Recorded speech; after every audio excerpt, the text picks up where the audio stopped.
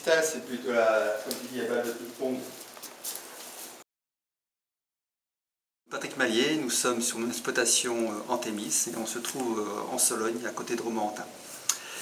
Donc moi j'ai 50 ans et ça fait une vingtaine d'années que j'étais salarié agricole et depuis 3 ans je suis exploitant agricole et je travaille pour Valbio essentiellement pour la constitution des paniers Val-de-Loire. Et pour moi c'est une expérience enrichissante parce que c'est un groupe de producteurs et parmi nos échanges on apprend beaucoup de choses au niveau technique et humain aussi parce que c'est toujours bien de pouvoir se soutenir dans notre métier, des fois des difficultés, des satisfactions qu'on aime bien partager. À l'initiative de Valbio Centre, on a essayé de diversifier et de faire d'avoir une gamme de variétés de tomates beaucoup plus élargie, surtout des vieilles variétés pour rechercher justement les variétés les plus goûteuses et celles qui puissent satisfaire la demande du client qui est justement des tomates qui ont du goût. On a 30 variétés de tomates qu'on multiplie, mais certaines sont à 2-3 exemplaires, c'est plus pour apprendre à les connaître que les produire. Mais en production, comme il n'y en a que 15. C'est déjà beaucoup à suivre, parce que chacune a un peu des caractéristiques un peu particulières, donc il faut jongler avec.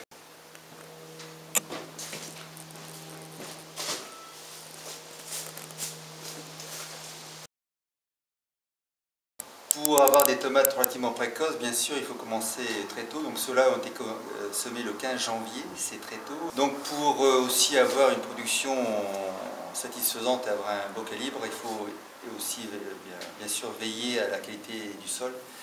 Donc la fertilisation a été faite cette année qu'avec du fumier composté. Et tout ça, j'ai fait ça au mois de février de façon à pouvoir planter, comme nous avait conseillé Valbio Centre, des plantations avant le 15 mars. Donc j'étais dans les clous, parce que c'était le 10 mars que j'ai pu le faire. Et voilà, la plantation s'est bien déroulée, puisque cette année on a une année très exceptionnellement précoce. Donc les tomates sont bien développées. Et les premières tomates rouges ont commencé à rougir le 15 mai. Donc là, on est maintenant passé 15 juillet, les tomates elles font 3 mètres de haut.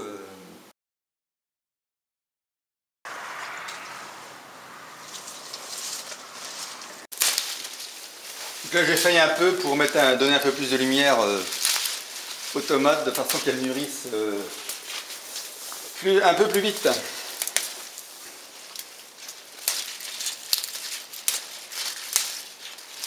Il va bientôt falloir que je prenne des déchasses. Voilà.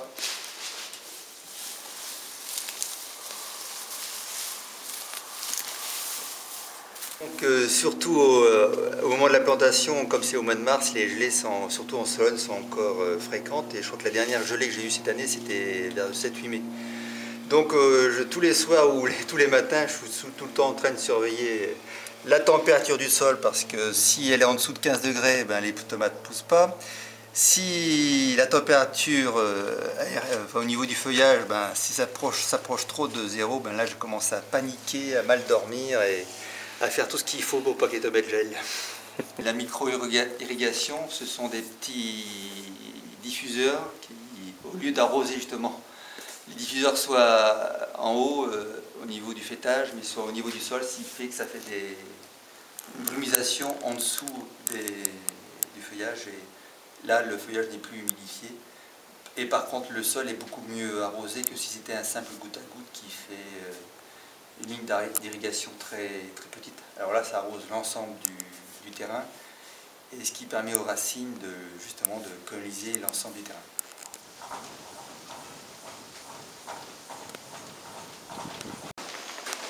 En Thémis, le projet que j'ai monté, c'est aussi essayer d'être, pas essayer, mais de réellement réussir à être autonome. Donc là, on est devant mon bassin, c'est que l'irrigation, je ne peux la faire qu'avec l'eau que j'ai récupérée durant l'hiver et par les gouttières des tunnels. Et pour ce faire, donc tout à l'heure, on a vu qu'on pouvait gérer l'irrigation en localisé, de façon pour en économiser le maximum. Donc normalement, avec à peu près le volume du bassin qui est de 800 mètres cubes, j'arrive à tenir une année. Donc là aussi, ma fierté aussi, c'est la grandeur de mon tas de fumier, parce que on ne fait pas de belles cultures sans avoir une terre fertile.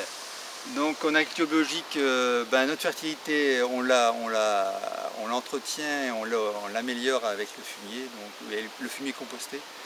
Donc celui-là, je l'ai récupéré chez un voisin qui fait des bovins et des chevaux. Donc avec ces 50 mètres cubes, je vais pouvoir fertiliser une année des cultures.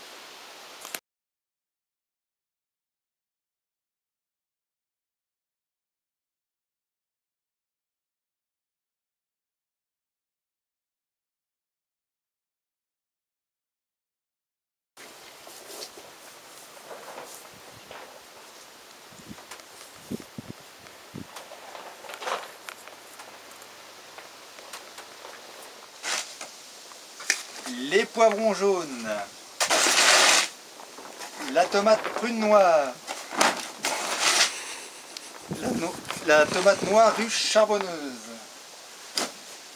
la tomate Camparis, une tomate ronde et puis une dernière ondine.